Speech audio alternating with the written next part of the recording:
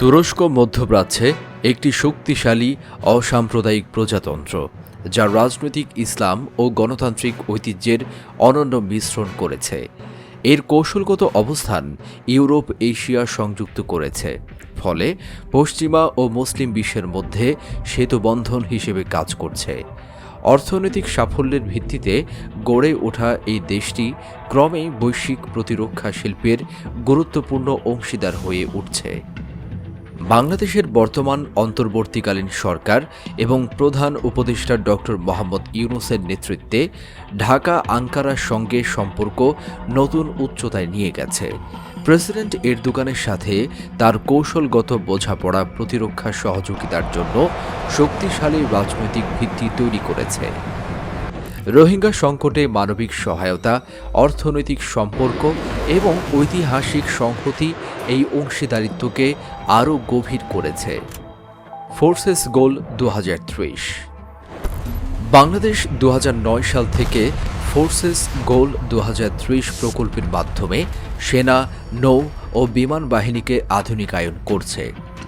সাম্প্রতিক বছরগুলোতে আঞ্চলিক উত্তেজনা, যেমন ভারতের সাথে সীমান্ত বিরোধ এবং মিয়ানমারের সঙ্গে সংঘাত, এই প্রয়োজনীয়তাকে তীব্র করেছে।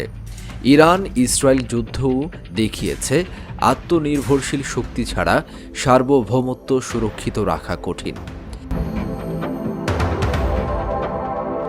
বাংলাদেশ ও তুরস্কের মধ্যে প্রতিরক্ষা শিল্পে সহযোগিতা সম্প্রসারণের লক্ষ্যে চলতি সপ্তাহে ঢাকায় আসছেন তুরস্কের প্রতিরক্ষা শিল্প সংস্থার প্রধান হালুক গরগুন। সফরকালে হালুক গরগুন বাংলাদেশের অন্তর্বর্তীকালীন সরকারের প্রধান উপদেষ্টা ডক্টর মোহাম্মদ ইউনূসের সঙ্গে সৌজন্য সাক্ষাৎ করবেন। এছাড়াও তিনি পৃথক বৈঠকে সেনাবাহিনী প্রধান জেনারেল ওয়াকারুজ্জামান, নৌবাহিনী প্রধান অ্যাডমিরাল এম নাজমুল হাসান এবং বিমান বাহিনী প্রধান air chief marshal Hasan Mahmud খানের সঙ্গে বৈঠক করবেন বলে আমরা জানতে পেরেছি। শেখ হাসিনা সরকারের আমলে তুরস্কের প্রভাব বাংলাদেশে তুলনামূলকভাবে সীমিত ছিল, তবে বর্তমান পরিস্থিতিতে আঙ্কারা ঢাকায় তাদের কৌশলগত উপস্থিতি জোরদারের চেষ্টা চালাচ্ছে। অন্যদিকে বাংলাদেশ নিজস্ব প্রতিরক্ষা সরঞ্জাম তৈরির পাশাপাশি রপ্তানির লক্ষ্যে দুটি প্রতিরক্ষা শিল্প কমপ্লেক্স গড়ে তুলতে চাইছে, যেখানে তুরস্ককে প্রযুক্তিগত ও বিনিয়োগ সহযোগী হিসেবে দেখা হচ্ছে। বাংলাদেশ বিনিয়োগ উন্নয়ন কর্তৃপক্ষ বিডা চট্টগ্রাম ও নারায়ণগঞ্জে দুটি প্রতিরক্ষা শিল্পাঞ্চল স্থাপনের পরিকল্পনা করছে, যেখানে তুরস্কের একাধিক প্রতিরক্ষা কোম্পানিকে পার্টনার হিসেবে অন্তর্ভুক্ত করার সম্ভাবনা রয়েছে। এই উদ্দেশ্যে সম্প্রতি বিডার নির্বাহী চেয়ারম্যান তুরস্ক সফরে 5 দিনের একটি কর্মসূচি সম্পন্ন করেছেন। গত এপ্রিলে তুরস্কে অনুষ্ঠিত অ্যান্টালিয়া ডিপ্লোমেসি ফোরামে অংশ নিয়ে বাংলাদেশের পররাষ্ট্র উপদেষ্টা মোহাম্মদ তৌহিদ হোসেন বলেছিলেন, বাংলাদেশের জন্য একটি নির্ভরযোগ্য অ্যারোস্পেস অংশীদার প্রয়োজন, আর তুরস্কের সঙ্গে সহযোগিতা হলে সেটি হবে দুই দেশের জন্যই লাভজনক। সেই সফরকালে তৌহিদ হোসেন তুর্কি অ্যারোস্পেসের প্রেসিডেন্ট ও প্রধান নির্বাহী কর্মকর্তা মেহমেদ দেমিরৌলোর সঙ্গেও বৈঠক করেন। উভয়ের মধ্যে উড়োজাহাজ প্রযুক্তি এবং সামরিক সরঞ্জাম সহযোগিতা নিয়ে আলোচনা হয়।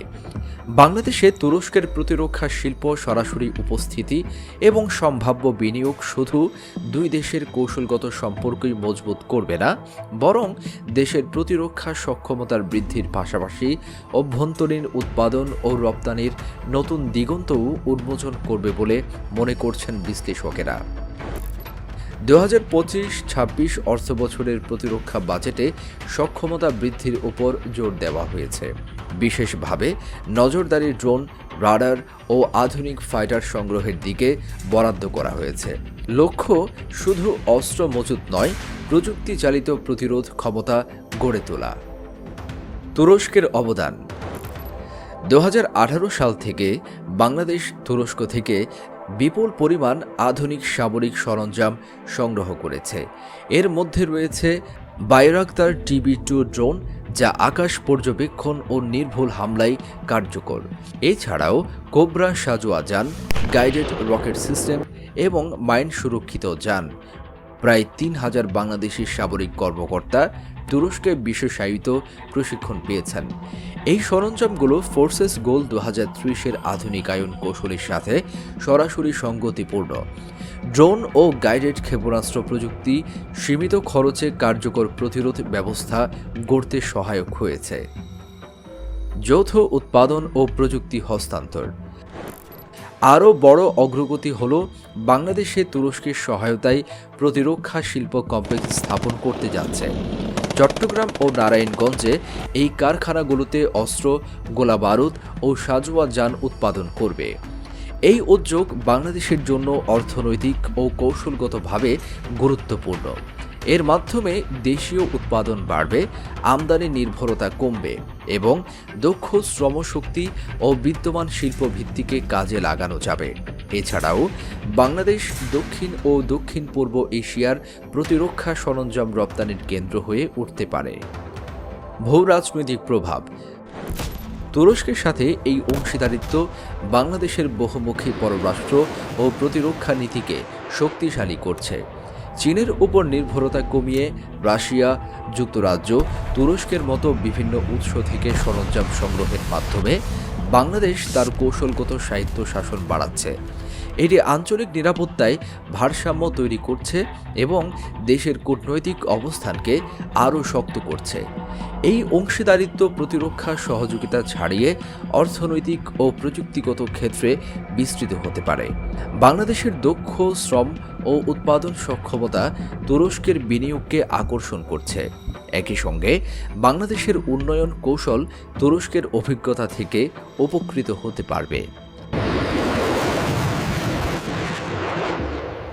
বাংলাদেশ তুরস্ক সম্পর্ক এখন আর শুধু অস্ত্র বাণিজ্য নয়, বরং যৌথ উৎপাদন, প্রযুক্তি হস্তান্তর ও কৌশলগত বোঝাপড়ার উপর ভিত্তি করে গড়ে উঠছে। এই অংশীদারিত্ব বাংলাদেশের প্রতিরক্ষা শক্তি ও সার্বভৌম ক্ষমতা বাড়ানোর পাশাপাশি আঞ্চলিক স্থিতিশীলতায় ভূমিকা রাখবে। একই সময়ে তুরস্কও এশিয়ায় বাংলাদেশের কৌশলগত প্রভাব আরও গভীর করবে।